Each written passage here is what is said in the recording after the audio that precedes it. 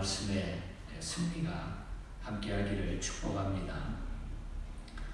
3장 1절에서 시작된 성전 건축이 드디어 7년 만에 완공이 되었습니다. 이 말씀은 열왕기상 6장에도 나타나 있는 그런 말씀입니다. 솔로몬은 이 선왕 다윗이 성전 건축을 위해 헌물했던 모든 것을 하나님의 전 곳간에 보관한 뒤에 다윗이 언약궤를 옮길 때처럼 언약궤를 시온에서 성전으로 옮기려는 그런 시도를 하고 있는 것입니다. 역대상 15장의 말씀과 똑같은 그런 말씀입니다. 이 언약궤는 하나님과 이스라엘 백성들이 맺은 선민 언약의 증거로서 결국 하나님의 백성과 맺으신 언약에 따라 백성 중에 거하시며 백성을 구원으로 이끄심을 상징하는 것이 바로 이 언약궤인 것입니다. 따라서 이 언약궤가 지성소에 안치되어야 예루살렘 성전이 하나님의 임재를 상징하는 진정한 하나님의 전이 될 수 있다고 하는 그런 사상인 것입니다. 그러므로 이 언약궤를 지성소에 옮기는 이 작업은 성전 봉헌에 앞서서 가장 중요한 일이었다고 하는 것을 볼 수가 있습니다.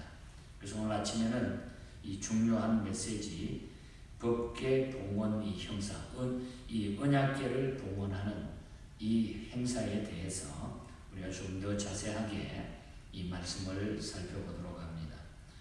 먼저 오늘 본문 2절에서 7절 사이를 보면은 솔로몬은 이 언약궤를 모시기 위해서 혼신의 힘을 다하여 이 언약궤를 옮겨오게 되는 이 모습을 찾아보게 됩니다. 솔로몬이 언약궤를 하나님의 전에 운반할 때 아마 그 생각을 했을 거예요. 아버지 다윗의 실패와 성공, 역대상에 보면은 13장과 15장에 보면은 잘못되었을 때와 성공했을 때 두 가지 그대로 사건이 나타나 있죠. 그래서 아마 다윗 왕이 실패했을 때와 성공했을 때를 교훈 삼았을 것입니다. 그래서 그는 하나님의 법궤를 모시는데 혼신의 힘을 기울여 가지고 이 실수함 없이 이 법궤를 모셔오려고 노력을 했던 것입니다. 그래서 먼저 2절에 보면은 온 이스라엘의 장로들과 족장들을 예루살렘에 다 소집을 합니다. 이는 온 백성들로 하여금 하나님의 성전에 관심을 갖도록 하기 위해서 모두를 다 불러 모았다는 것입니다. 그리고 그 다음에는 4절에 보면은 레위 사람들로 하여금 궤를 매게 했습니다. 과거에 다윗이 궤를 수레에 싣고 운반하다가 실패했던 일을 기억하고 법도를 따라가지고 레위 사람들로 하여금 궤를 메어서 하나님의 전으로 옮겨오게 했다고 하는 것입니다. 이렇게 해서 언약궤는 드디어 성전 뜰까지 모셔오게 되었고 양과 소로 온 백성이 제사를 드렸는데 6절에 보면은 그 수가 하도 많아가지고 기록할 수도 셀 수도 없을 정도로 많은 제물로 하나님 앞에 드리면서 영광을 올렸다고 그랬습니다. 이는 하나님이 이 하나님의 복주심에 대한 감사와 기쁨의 제사를 드렸다고 하는 것을 보여주고 있는 것입니다.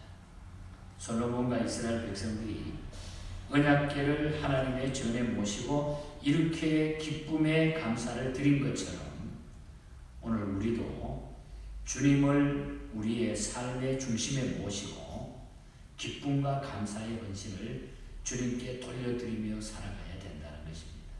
이것이 오늘 이 말씀을 통해서 주시는 우리에게 중요한 교훈입니다. 그래서 우리는 하나님 앞에 언제나 이 구원받은 자의 그 감격, 주님을 우리의 삶 중심에 모시고 그래서 기쁨과 감사의 헌신으로 늘 주 앞에 살아가는 것이 우리 성도의 올바른 삶인 것입니다. 하나님의 영광을 위해 그것이 바로 사도 바울이 고백한 신앙입니다. 내가 먹든지 마시든지 무엇을 하든지 간에 다 하나님의 영광 영광을 위하여 살아가겠다고 하는 고백한 그런 메시지가 바로 이 말씀과 상통되어지는 것입니다. 그 다음에 13절 14절을 보면은 하나님은 그들이 행한 의식을 용납하신다는 뜻으로 성전을 구름으로 가득 채우셨다 그랬어요. 그렇게 하나님 앞에 법궤를 옮겨놓고 엄청난 많은 그 짐승들을 잡아서 제물로 드리고 하는데, 그리고 또 찬양을 하고 했더니 하나님이 그것을 용납하신다, 받아주신다는 뜻으로 성전에 구름이 가득하도록 하나님이 채우셨다 하는 그런 말씀이 나타납니다. 하나님의 구름이 성전을 채우셨다고 하는 것은 모세의 해막에 계셨다는 것 같이 솔로몬이 지은 성전도 친히 하나님이 계신다고 하는 임재의 표시로 그것을 나타내게 하신 것입니다. 하나님의 구름을 우리가 세키나라고 합니다. 세키나. 이 세키나라고 하는데, 구름이 하나님의 임재의 상징이 된 것은 하나님의 거룩한 빛의 찬란한 강체를 감당할 수 없는 인간의 연약함을 고려하신 하나님의 은총의 표시가 바로 구름이라는 것입니다. 그래서 이스라엘 백성들을 구름 기둥, 불 기둥으로 인도했죠. 그러니까 하나님이 늘 함께 하실 때마다 구름으로 이 세키나의 모습을 하나님은 우리 인간 앞에 보여주셨다는 것입니다. 그렇게 고려하신 은총임에도 불구하고 제사장들은 그 구름으로 인해 가지고 능히 서서 섬기지 못했다. 14절에 보면 너무 그것이 하나님의 영광이 찬란하고 하나님의 나타나심과 하나님의 임재가 너무 대단하고 너무 감격스럽기 때문에 그 구름 앞에 제사장들이 그 구름으로 능히 서지 못했다. 제사장이라 할지라도 하나님 앞에서는 불완전한 죄인이기 때문이라는 것입니다. 그럼에도 불구하고 솔로몬의 성전을 채운 영광의 구름은 성전에 입혀진 모든 금이나 거기에 박혀진 보석들보다도 성전을 아름답게 만들었다고 하는 사실입니다. 그러니까 우리 하나님의 영광은 이 세상에 아무리 귀하고 아무리 좋은 것도 그 영광 앞에는 아무것도 아니라고 하는 사실을 보여주고 있습니다.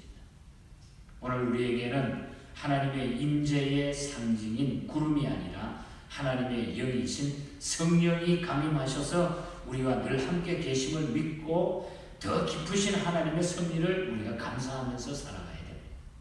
이제는 성령 시대이기 때문에 성령께서 우리를 인도하시고 계시기 때문에 그 성령의 인도하심과 성령의 역사를 통하여 우리가 살아가야 된다. 자, 그러면은 하나님이 언제 성전에 임하셨습니까? 하나님이 성전에 언제 임하셨느냐 이 말이에요. 11절에 보면은 이때에는 제사장들이 그 반열대로 하지 아니하고 스스로 정결케 하고 성소에 있다가 나오매, 11절에 보면 제사장들이 성소에 있다가 나왔을 때였다 그랬습니다. 그때 하나님의 영광이 나타났다. 이것은 하나님께 소유권을 드리는 방법인 것입니다.